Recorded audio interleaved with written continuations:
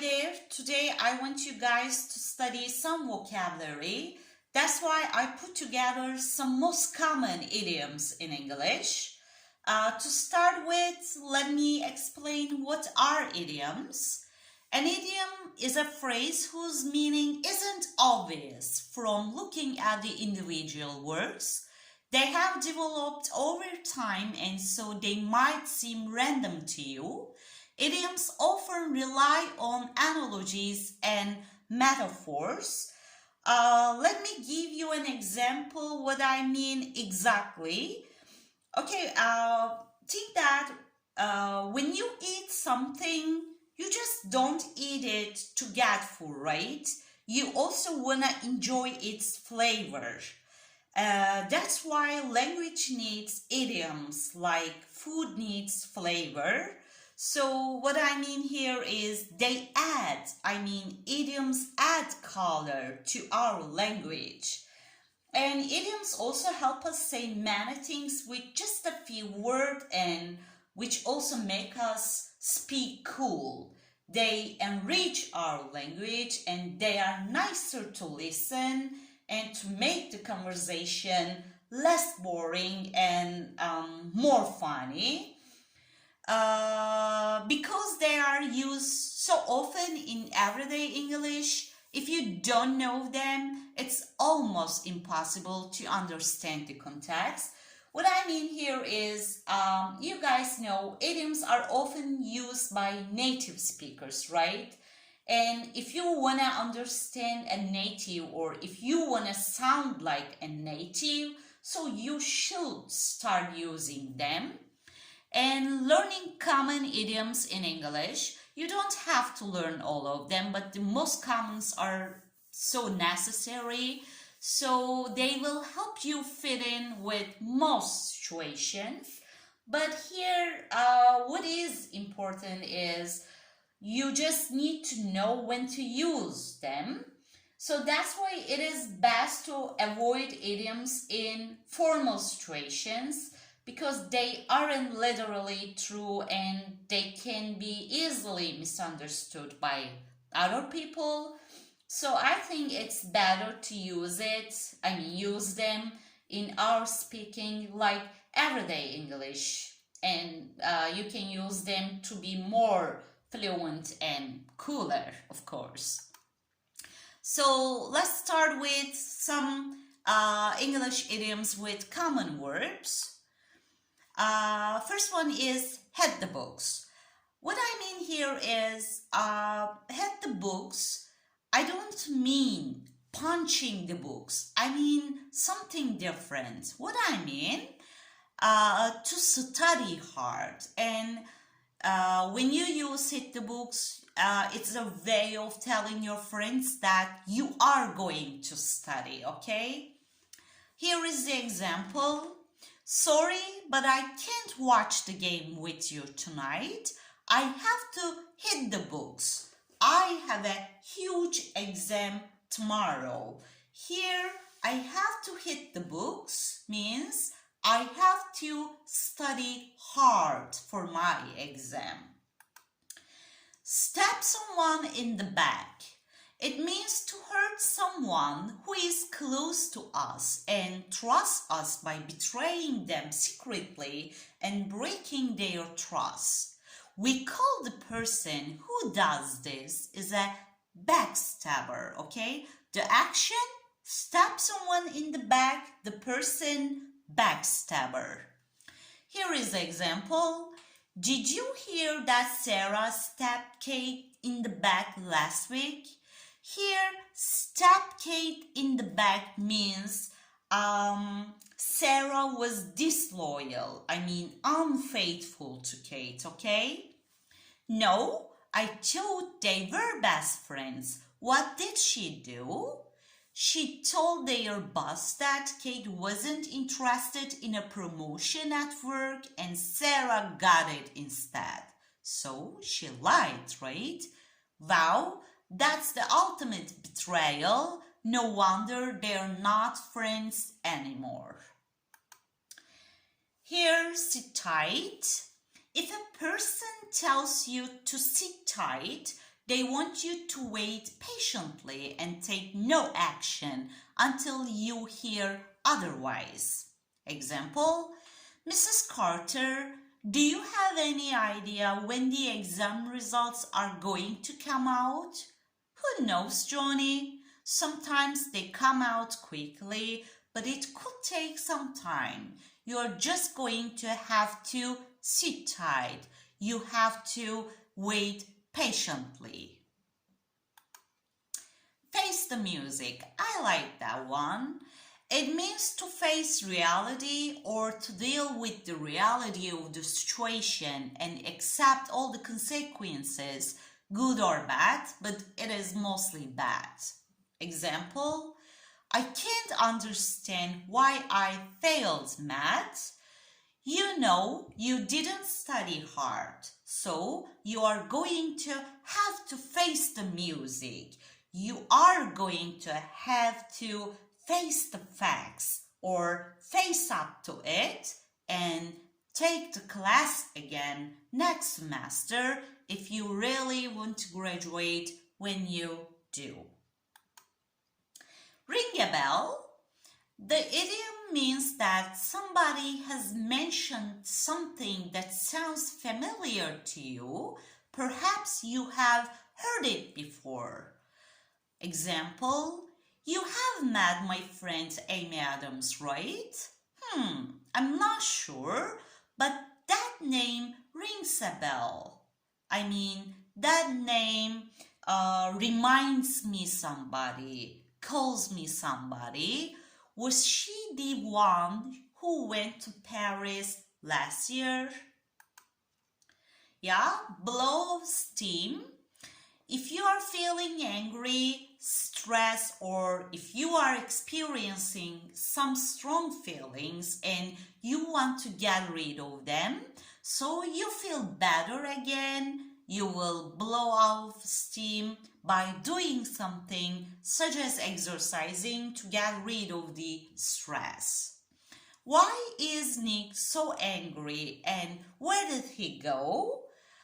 He had a fight with his brother, so he went for a run to blow off steam. Here you can also use let off steam. That means get rid of the stress. Here we will talk about English idioms with common prepositions. As you see, up is a preposition. Up in the air. I like it. If someone tells you that things are up in the air, it means that these things are uncertain or unsure. Definite plans have not been made yet. Here is the example. Jen, have you set a date for the wedding yet? Not exactly. Things are up in the air and we are not sure if our families can make it on the way we want it. Hopefully, we will know soon and we will let you know as soon as possible. So here they are talking about the date is up in the air. The date is not certain yet. Get over something. I think you guys are familiar to this idiom. It means to start to feel happy or well again after something bad has happened to you. It's also possible to get over an illness, which would mean that you have fully recovered. Example, how's Paula? Has she gotten over the death of her dog yet? I think so. She has already talking about getting a new one. Here, get over means overcome a difficulty, okay? Or you can recover from an illness, like a cancer or something. Now, cash and money idioms in English. Look like $1 million or look like $1 million. If someone tells you that you look like $1 million, you should take it as a huge compliment. Yeah, it's true. Because it means you look absolutely fabulous and really attractive. Example, wow, Mary, you look like $1,000,000 this evening. I love your dress. Here it means you look very good. Born with a silver spoon in one's mouth, and I also like it. Someone who comes from a wealthy and successful family. John was born with a silver spoon in his mouth. His parents bought him everything and he wanted and sent him to the best private school. To go from rags to riches, that means to go from being poor to having a lot of money. That means once you were poor and then you found the money and now you are rich. Actor Jim Carrey went from rags to riches. At one time, he was living in a van, but he continued to work hard and eventually became one of the highest paid comedians in the world. Pay an arm and a leg for something. To pay a lot of money for something, you can also say that something costs an arm and a leg. Both you can say pay an arm and a leg for something or cost an arm and a leg. Example, the price of chocolate has doubled. I nearly paid an arm and a leg for a small candy bar. Here you can use with cost. Chocolate costs an arm and a leg now. Yes, to have sticky fingers. That means to be a thief, okay? Example, the manager fired the cashier because he had sticky fingers, because he was thief. He stole more than $200 in a month. Yeah, break the bank. That means something is very expensive. Taking a week-long vacation would break the bank. There is no way I could afford to do it. To be close-fisted, that means someone who doesn't want to spend money. It is similar to stingy. Carl is so close-fisted, he won't even buy snacks for the Christmas party. It is the antonym, opposite of generous, okay? To go Dutch. I like this one. Everyone pays for their own meal at a restaurant. We had a date last night and we went Dutch. I paid for my coffee and she paid for her salad. So that means everybody paid their own stuff. Midas touch. That is to be able to make money easily, and this idiom comes from the story of King Midas, who turned everything he touched into gold. Example, Jane really has the Midas touch. Every business she starts becomes very successful. Go broke. That means no longer have any money or to lose all of one's money, to become bankrupt. Example, I'm going to go broke if I have to pay any more medical bills this month. My uncle started a company last year, but it quickly went broke. That means the company lost all the money. Living hand to mouth, that means living without a lot of money. Example, the family has been living hand to mouth ever since their father lost his job.